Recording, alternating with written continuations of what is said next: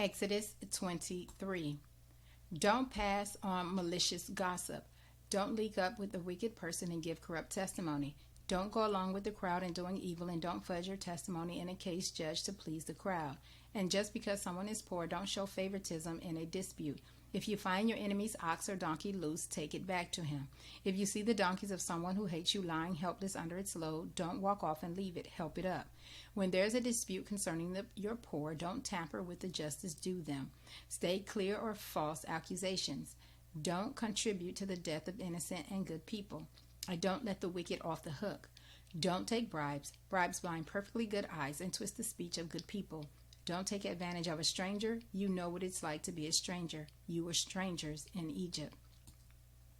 Sow your land for 6 years and gather in its crops. But in the 7th year, leave it alone and give it a rest, so that your poor may eat from it.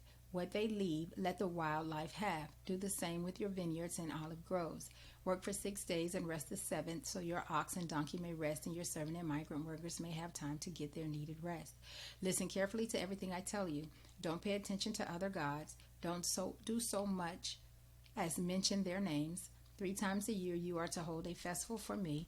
Hold the spring festival of unraised bread, when you eat unraised bread for 7 days at the time, for the month of Abib, as I commanded you. That was the month you came out of Egypt. No one should show up before me empty-handed. Hold the summer festival of harvest, when you bring in the first fruits of all your work in the fields. Hold the autumn festival of ingathering at the end of the season, when you bring in the year's crops. 3 times a year all your males are to appear before the Master God. Don't offer the blood of a sacrifice to me with anything that has yeast in it. Don't leave the fat from my festival offering out overnight. Bring the choice first produce of the year to the house of your God. Don't boil a kid in its mother's milk. Now get yourselves ready. I'm sending my angel ahead of you to guard you in your travels, to lead you to the place that I've prepared. Pay close attention to him. Obey him. Don't go against him. He won't put up with your rebellions because he's acting on my authority. But if you obey him and do everything I tell you, I'll be an enemy to your enemies. I'll fight those who fight you. When my angel goes ahead of you and leads you to the land of the Amorites, the Hittites, the Perizzites, the Canaanites, the Hivites, and the Jebusites, I'll clear the country of them. So don't worship or serve their gods. Don't do anything they do, because I'm going to wipe them right off the face of the earth and smash their sacred phallic pillars to bits. But you serve your God, and he'll bless your food and your water. I'll get rid of the sickness among you.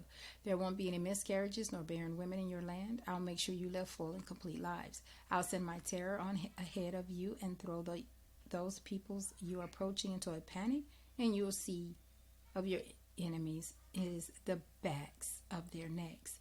And I'll send despair on ahead of you.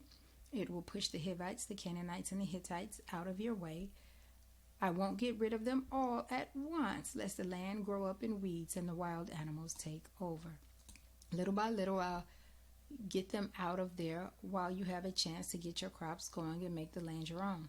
I'll make your border stretch from the Red Sea to the Mediterranean Sea, and from the wilderness to the Euphrates River. I'm turning everyone living in that land over to you. Go ahead and drive them out. Don't make any deals with them or their gods. They are not to stay in the same country with you, lest they get you to sin by worshiping their gods. Beware. That's a huge danger.